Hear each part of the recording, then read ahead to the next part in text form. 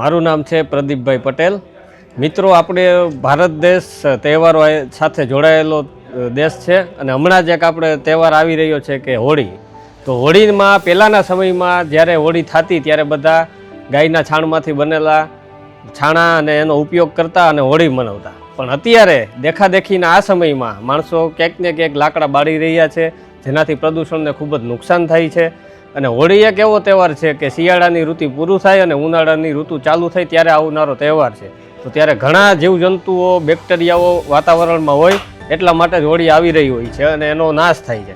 તો મારું એટલું જ કહેવું છે કે દેખાદેખીમાં લાકડાનો ઉપયોગ બંધ થાય અને ગોબર સ્ટીકનો ઉપયોગ ચાલુ થાય। એટલે એના માટે જ અમે આ વર્ષે નહીં પણ છેલ્લા 10 વર્ષથી અમે શેરીએ શેરીએ જઈને ગોબર સ્ટીક આપી રહ્યા છીએ, જેથી લોકો લાકડાનો ઉપયોગ બંધ કરે અને છાણનો ઉપયોગ ચાલુ કરે। જેને લાકડા બાળવાનો શોખ જ હોય તો આ પણ એક છાણાનું લાકડું જ છે, એટલે શું થાય એનાથી કે ભાઈ લાકડું બળશે નહીં અને છાણાનો વધુમાં વધુ ઉપયોગ થાય।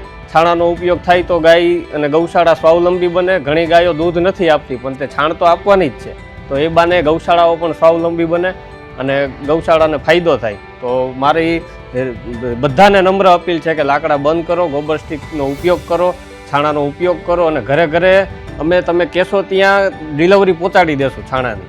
અને એનો કોન્ટેક નંબર તમને ડિસ્પ્લેમાં આપેલો છે, તો તમે કોન્ટેક કરીને આ ગોબર સ્ટીક ગમે ત્યાં મગાવી શકો છો। આ સ્ટીક આપણા ગાયના ગોબરમાંથી બનેલી છે અને વાતાવરણમાં જો આ ગાયનું ગોબર જાય તો ઓક્સિજનનું લેવલ વધે અને ઘણો ફાયદો થાય, બેક્ટેરિયાઓનો નાશ પામે। લાકડા કરતાં પણ ઓછા ખર્ચમાં સ્ટીક તમને પરવડે।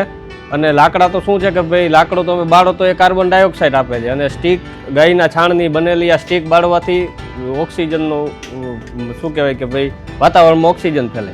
20 રૂપિયા કિલો ડિલિવરી સાથે આપણે ઘરે પહોંચાડી દઈએ છીએ।